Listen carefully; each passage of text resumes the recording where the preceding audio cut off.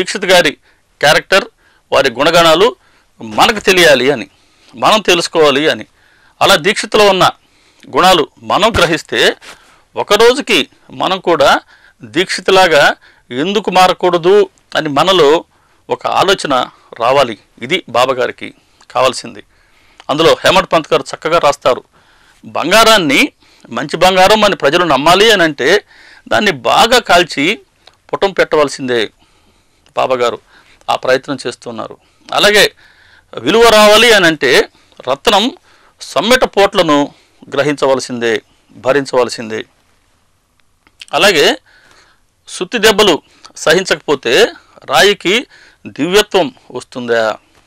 రాయి పూజలు అందుకుంటుంది మందిరంలో, విగ్రహం రూపంలో, దేవత రూపంలో. మరి ఈ దేవతా విగ్రహంగా అది మలచబడక ముందు శిల్పి ఈ రూపానికి తీసుకురావడానికి ఎన్ని సుత్తి దెబ్బలు కొట్టుంటాడు ఆ రాతిని. కాబట్టి ఆ రాయి ఎన్నో సుత్తి దెబ్బలు భరిస్తే, సహిస్తే ఇప్పుడు పూజలు అందుకుంటూ ఉంది, పవిత్రంగా చూడబడుతూ ఉంది. కాబట్టి ఇటువంటి మంచి స్థితి రావడానికి ఎన్నో బాధలు పడవలసిందే. అందుకే బాబా చెప్తారు, ఆధ్యాత్మిక మార్గం చాలా ఇరుకైనది. అక్కడ ఇంకొక చక్కటి ఓవి రాస్తారు హేమంత్ పంత్ గారు, కాక బాబా మెడలో తాయెత్తు. చాలా చిన్న ఓవి అండి. కాక బాబా మెడలో తాయెత్తు, 4 పదాలు అక్కడ. ఒక్కసారి కాకాసాహెబ్ దీక్షిత్ గారి అర్హతను, మరి గొప్పతనాన్ని మనం అర్థం చేసుకోవచ్చు. ఒక్కసారి వారి నేపథ్యం ఏంటో ఆలోచిద్దాం. దీక్షిత్ గారు ఒక మనలాంటి సాధారణ సంసారి.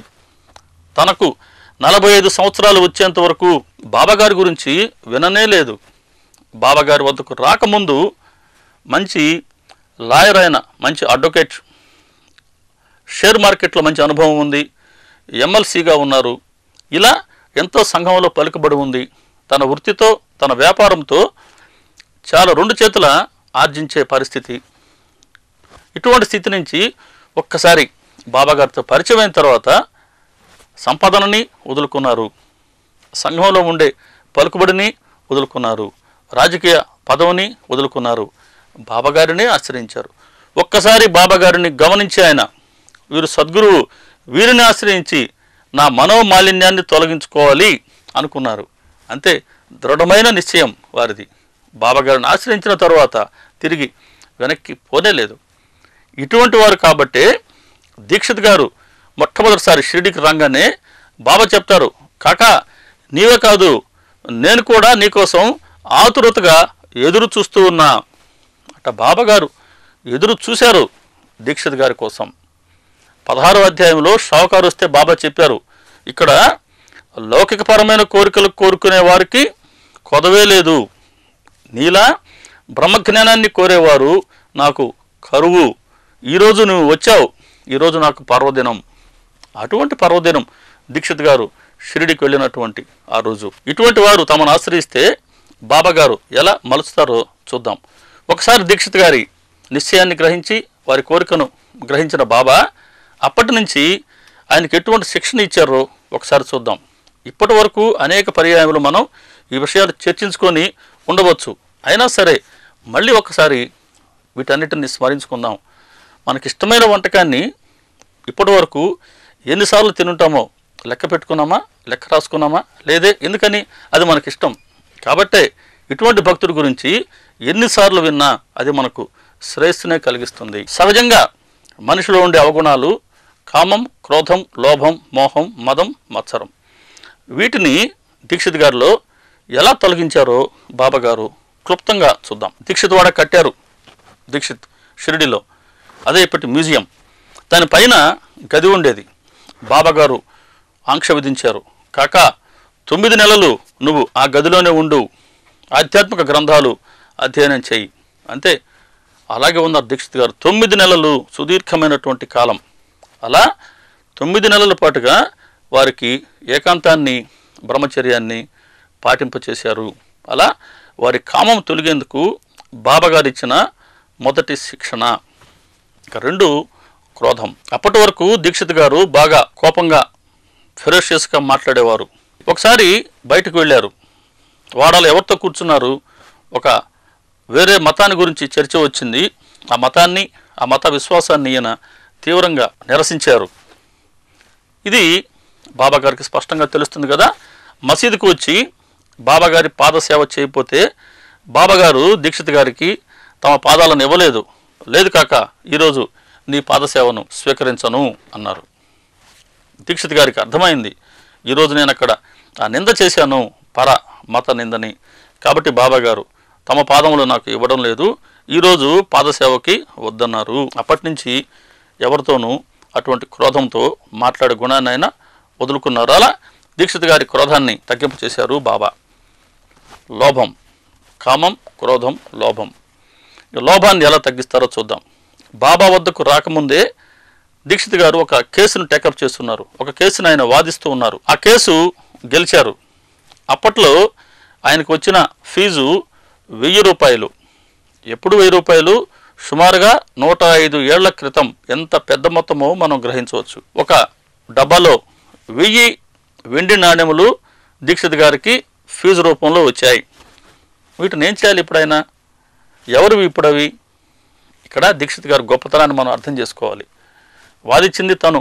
అనేక సంవత్సరాలు ఆ కేసు కోసం ఎంతో సమయాన్ని వెచ్చించి ఎంతో శ్రమకు లోనై కేసును గెలిచారు. ఫీజు వచ్చింది.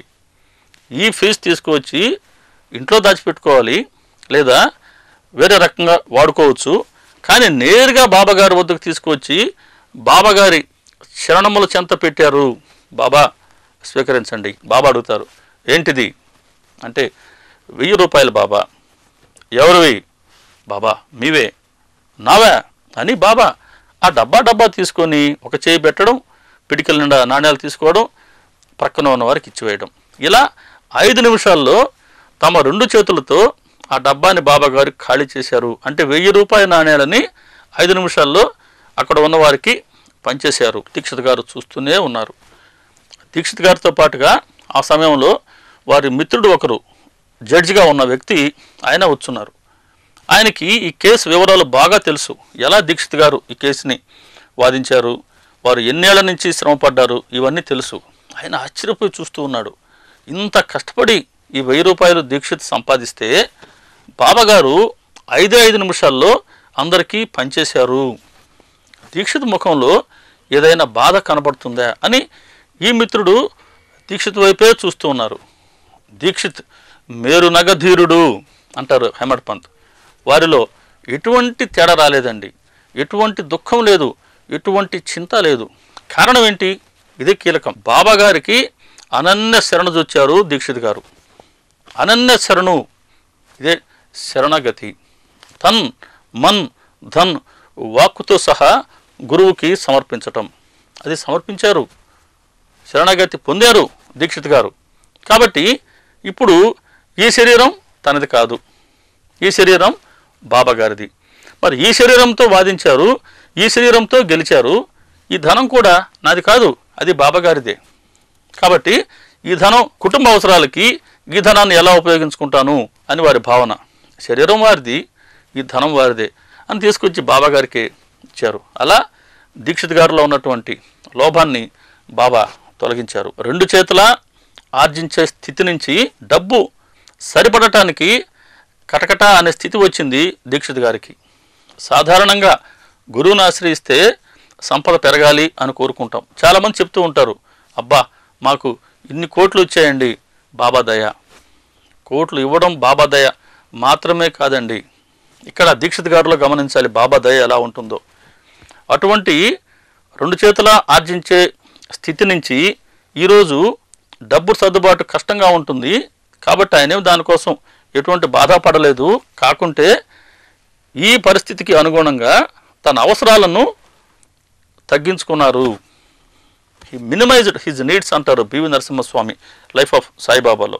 అది దీక్షిత్ గారు చేసింది. సాధకుడు చేయవలసింది ఇదే. తన కోరికలను లేదా తన అవసరాలను తగ్గించుకునేవారే సాధకుడు, వాళ్లే భక్తులు, వాళ్లే శిష్యులు. ఇటువంటివన్నీ, ఈ గుణాలన్నీ మనం దీక్షిత్ గారిలో దర్శించుకోవాలి అనే బాబాగారి కోరిక. అలా అవసరాలు తగ్గించుకున్నాడు దీక్షిత్ గారు. లోభాన్ని తొలగించారు బాబా. మోహం, కుటుంబ సభ్యుల పట్ల ఉన్న మోహం, మమకారం, నా భార్య, నా పిల్లలు అని. దీన్ని అధిగమించేందుకు మనకు శక్తే చాలదు. గురువు కృపతో మాత్రమే ఇది సాధ్యమవుతుంది. ఒకసారి చూద్దాం. దీక్షిత్ గారి అమ్మాయి వత్సలి వచ్చి షిరిడీలో ఉన్నది. ఆ అమ్మాయికి జ్వరం వచ్చింది. దీక్షిత్ గారు ఎంత నమ్మకం అంటే బాబాగారి పట్ల, ఆ అమ్మాయికి ఎటువంటి వైద్యం చేయించలా. సాక్షాత్తు బాబాగారి వద్ద ఉన్నాం, ఆ అమ్మాయి సంగతి బాబాగారే చూసుకుంటారు అని బాబాగారిపై భారం వేసే ఉన్నారు.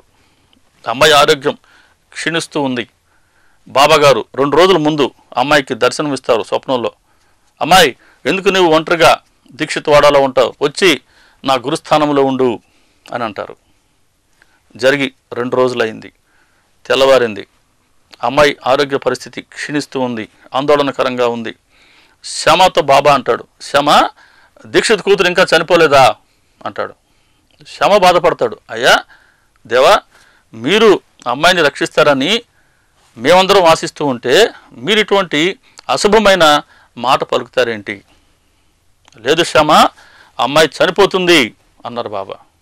ఇంక తిరిగే ఉంది, అమ్మాయి మధ్యాహ్నానికి చనిపోయింది. దీక్షిత్ గారి భార్య తట్టుకోలేకపోయింది. కానీ దీక్షిత్ మేలునగ ధీరుడు, దానిని చాలా సహజంగా ఆయన దాన్ని స్వీకరించారు. ఆ స్థితిని కూడా బాబాగారి వద్దకు వస్తూ ఉంటే ఒక రామాయణం గ్రంథం ఒకటి పోస్ట్లో వచ్చింది దీక్షిత్ గారికి. ఆ గ్రంథాన్ని తీసుకొచ్చి బాబాగారికి సమర్పిస్తారు దీక్షిత్. బాబాగారు ఆ గ్రంథంలో యథాలాపంగా చేయలా పెట్టి పేజీ ఓపెన్ చేసి దీక్షిత్కి ఇచ్చి, చదువు, అర్థం చేసుకో అంటారు.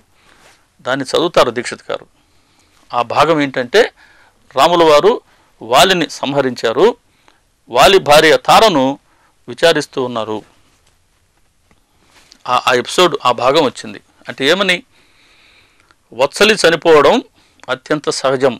వత్సలి ఇంతకు ముందు జన్మలో సాధకురాలు, కొంత ప్రారంధ కర్మ అనుభవించేందుకోసంగా మళ్ళీ జన్మించింది. ఆ ప్రారంధ కర్మ తీరిపోయింది, ఇప్పుడు నా గురుస్థానానికి వచ్చింది. అది బాబాగారు ఇచ్చిన కళ అమ్మాయికి. ఎందుకు ఒంటరిగా దీక్షిత్ వాడాలో ఉంటావు, వచ్చి నా గురుస్థానంలో ఉండు అని. తర్వాత చెప్తారు బాబా, వత్సలి ఎక్కడికి వెళ్ళింది, ఇక్కడే ఉంది. అలా మోహాన్ని తొలగింపు చేశారు దీక్షిత్ గారి ద్వారా. ఇక బాబాగారు దీక్షిత్కి పెట్టిన పరీక్ష ఎటువంటిదో రేపటి కార్యక్రమంలో దర్శించుకుందాం. శ్రీ సచిదానంద సమర్థ సద్గురు సాయినాథ్ మహారాజుకి జై.